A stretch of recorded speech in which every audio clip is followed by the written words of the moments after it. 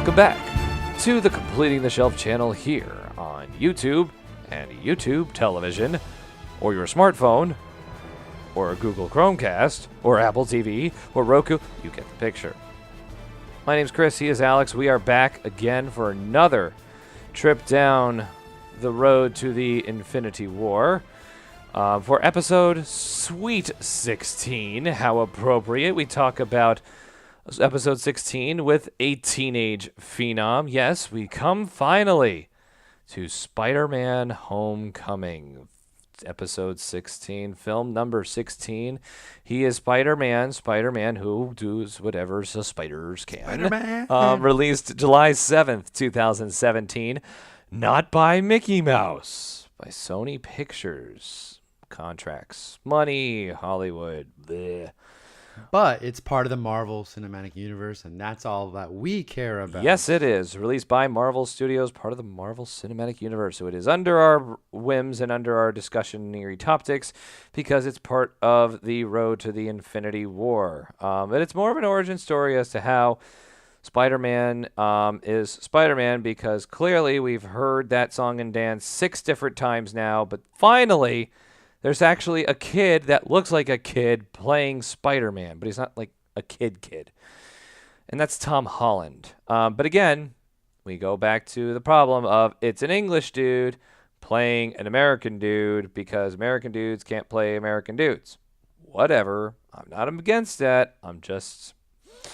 Hey, whoever's the better actor, we put him up there. So I know, but they cool. use a lot of views unnecessarily in their language. I'm just... Excessive use, color, favorite. Anyway. Yeah, but in New Jersey we use guys. Right. Use guys merchandise. Right. Tom Holland, Michael Keaton, Zendaya, Donald Glover, and also Robert Downey Jr. as Iron Man, and Jon Favreau as Happy. And the unenviable role of playing Aunt May goes to Marissa Tomei. How ironic. Little play on words. I feel like we shouldn't be giving you a complete understanding of the background of what is a Spider-Man, but Chris, can you please summarize Spider-Man Homecoming? Spider-Man Homecoming is about a teenage boy who, after an incredible, exciting experience, a taste of being a superhero in the Avengers, he's suddenly forced to go home and be a normal kid. He's cut off from that amazing peak into another lifestyle. And the whole movie, he's trying to earn his way back to that by being a good hero and figuring out what does it mean to be a good hero. But in this quest to become a better hero and an Avenger, he neglects all of his social connections in his life, his school, his he quits band, his debate team. It all goes away, and he becomes a lesser version of himself, trying to become a better version of himself. Nerd feedback. It was a quiz bowl team, not a debate team. It was a quiz bowl team. Oh, thank you, sir. Thank you, sir. Nerd alert. Not like our comments ever lit up by our fan base. Nerd alert. Oh, I'm sorry. We were both wrong twice over. It's the academic decathlon. Oh, God. Those were the worst. I mean, I was on debate team. I didn't mind that. Then there was the Quiz Bowl kids. They're okay. But the decathlon is like both of those things as one unnecessarily nerdy thing. You have a gift for debating people? I would never have guessed that. You're so quiet and reserved. Yeah, it comes out when it needs to. It's when my like a spider web. It's like a Spidey sense. Yes. Yeah. Anyway, back to the summary. So Peter then, he meets this girl. He's like, whoa, she's hot, and she takes him out to the homecoming dance, and he goes to pick her up, and it's this guy, Adrian Toomes, who's been collecting alien technology that have happened as a result of Avengers battles with aliens, creating weapons for the black market. And Spidey's been kind of getting in the way. So Toomes is like, dude, if you get in the way anymore, I'll kill you and everyone you love. But take care of my daughter and give her a good night. So Peter's like, I gotta stop this guy. Toomes is stealing from Stark as his plane is moving away from Avengers Tower.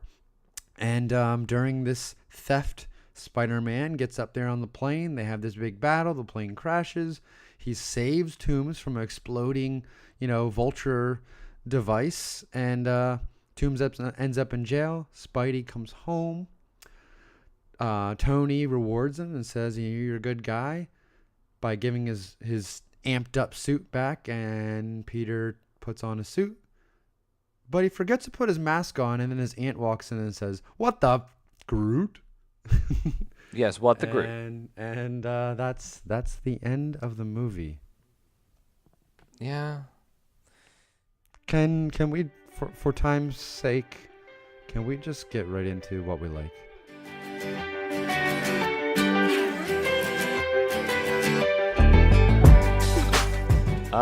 It's Spider-Man. That's a pretty good start. I'm very happy that Spider-Man is kind of reimagined again. But you kind of got this understanding from Holland that he wanted to certainly take the inspiration from Tobey Maguire and from Andrew Garfield, who have done this song and dance as Peter Parker, but want to actually take it from the realm of what a 15-year-old is dealing with. And that youthfulness, and he nailed it. Oh, he did. He really does nail it. Oh my God, that's why I was so happy to watch that. It was just so fun.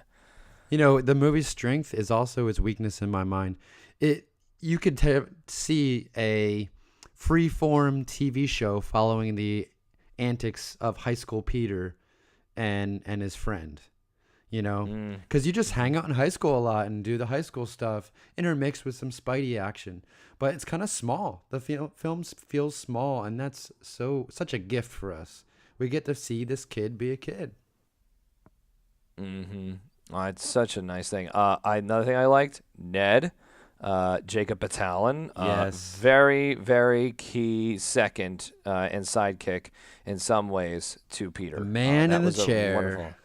Yep, the guy in the chair, the number 2 guy, the quintessential best guy, the best man. Yes, very, very much, very cool portion of the film.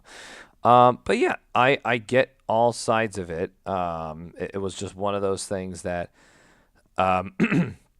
you look at the film and it does certainly a better job of getting that understanding of, well, what am I supposed to do? I'm a kid, but I can do all these awesome things, but I have to still be a kid. And yeah, that frustration. Yeah, it's tough. Certainly tough. So what is there a particular scene or action piece or line that you like? It doesn't really play into the plot, but I do like the bit role of Hannibal Buress as the phys ed teacher. Yes. That was one of the coolest scenes because that the people that are in there are just like, no, I really don't want to be a part of phys ed. And he's like, guys, will you do something, please? Come on. And then the Captain America PSA movies. Yes. Those are the best. Especially the one after the end credits. Yes. About patience and that you've been waiting this whole time. Waiting for something. Patience doesn't, follow through with a reward. It's awesome. That's just so clutch. The film, like the Guardians films, are so playful and it doesn't take itself seriously. And right. I really appreciate that. It was very, very good. The one thing that did maybe a little bit bother me, and if this is sort of like a feedback thing on my side, and I was thinking of this simply from the Peter Parker perspective, not from the Stark Avengers perspective, as the whole easy boy, down boys trying to keep him on the ground, groundling or settling down by Tony and Happy so much to ignore and push him away when there are more important things that they needed to do to save the world. But Spidey was trying to do the right thing. No, hey, something bad's going on. Help! I can help. Let me do this. It's like, oh, I can help. I have all these cool things. Dad, let me help, please. But Dad's like, no, it's a grown-up thing.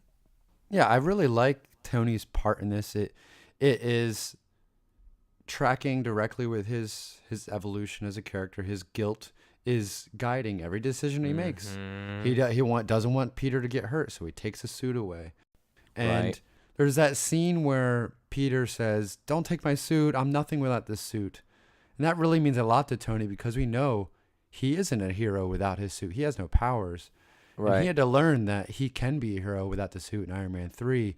So he's like, I got to teach that to you, Peter. Give me the suit. If you're nothing without it, then you're not supposed to have it. So cool character stuff. A little bit of humility there out of Tony. That's an unexpected turn, but you're like, oh, all right, fine. It's probably good in the long run. You're right. Yeah, he's getting wise as a character. Him and Peter, they interact well. Other things I like. Let's see.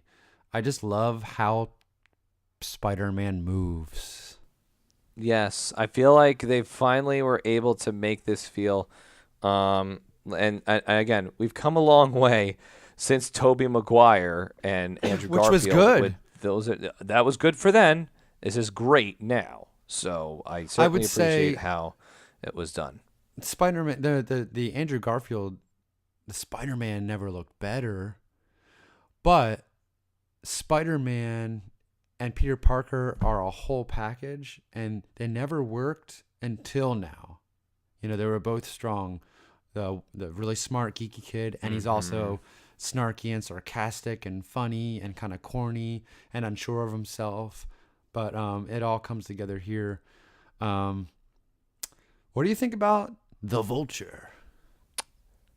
Well, as you've said it, somewhat cardboard, somewhat forgettable, but I think it's a little elevated above cardboard. I will kind of say it's recycled cardboard because, you know, it's sustainable. It's something that you maybe did not expect coming in this way, and the fact that MJ and this villain are one. Because if you remember back to the first iterations, Green Goblin and Peter's friend, which, of course, I know James Franco played the friend. Harry Osborn. Harry Osborn. Thank you. It's terrible. I'm 2 minutes in the penalty box later for that. But you now like, oh, okay, so there's no Peter Osborn, no problem. How does the villain keep playing into this? Oh, no. He's the ride to the prom. Yeah, that moment took my breath away in the film. I haven't been surprised by a film that much in a long time. So I love that. I love that reveal. For me, this guy, I can see him being argued as cardboard. Of course, the performance by Michael Keaton elevates it. Fantastic. But I kind of find his character interesting. It's commentary that I don't necessarily agree with, but it's interesting that, you know, his commentary on the 1% versus the 99%, and that us little guys got to fend for ourselves and do what we can to take care of our families. And he's exploiting a resource of revenue because look from his point of view, when his team is trying to collect all the alien stuff because he has a contract with the city and he's spent millions of dollars to get the supplies, and then Tony Stark creates a company to then come in and take over. Well, from his point of view, Tony Stark caused the mess so he can clean it up and make money. That is one piece of crap situation from his point of view. So I find that interesting. But then, yeah, he's killing people, so that's going too far. If he didn't kill people, it wouldn't be as cartoony, I think. I understand. But I'm with you. He's maybe not full cardboard, recycled, maybe.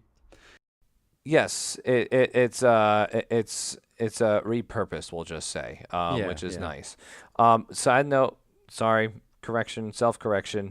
MJ is not the girl he takes to the prom. No. That is Liz, who is Adrian's daughter, and that MJ was also involved. Mary Jane is played by Zendaya, but she goes by Michelle Jones, not Mary Jane. But she still wants to be called MJ. Yeah, so it's not Mary Jane, the character, but they're putting that little hint to past Spider-Man lore. So we don't know what she's going to be in this film's franchise. Is she going to be a love interest? I hope not. But she was funny part of the film, too. Yep, agreed. Any last thoughts Agreed. before we move into a shelf? I'm just kind of again. There are scenes where I am also just kind of jaw to the floor like Ned, like that was so cool. And then there are other times where I'm like feeling like Peter, like, oh man. So I think it is time to shelf it. All right.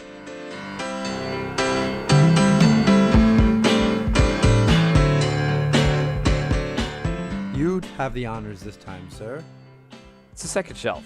There's nothing else I can say. I feel like there are things that make this rewatchable, but there are things that I wish may have been done a little bit differently, but it doesn't detract to put it down to a third shelf in any way, shape, or form. This is a solid, unquestionable second shelf film. They finally did the Spider-Man origin story justice. It was so good.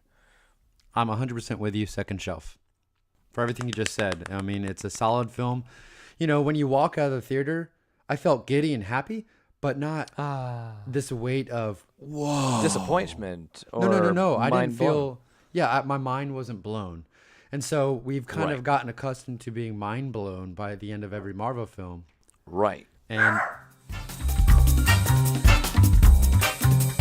this interlude brought to you by Chubbies, bringing you shorts that maybe might be too short for the average man since 2007. Chubbies, 18% off their spring break collection now at chubbyshorts.com. And we're back. So as I was saying, we finally get a film that is smaller and really kind of almost like a high school film. And so it doesn't blow you away with the stunning, galactic, mind-blowing stuff. Right. So I can understand people feeling disappointed walking out.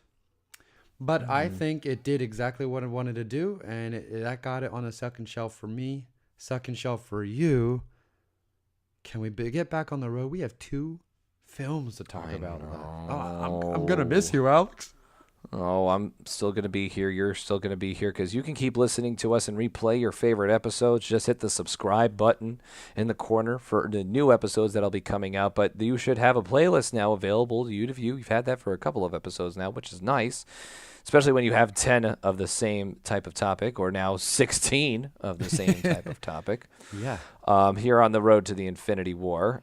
We will be coming back with a third segmented movie, the last of a group of 3 in a way, when we discuss episode 17. But if you have feedback, as always, the comment section below or on your Facebook or on wherever you may get linked to this video is always appreciated. Tweet at him at Shelf Nerds, because we forgot to tell you to do that last week.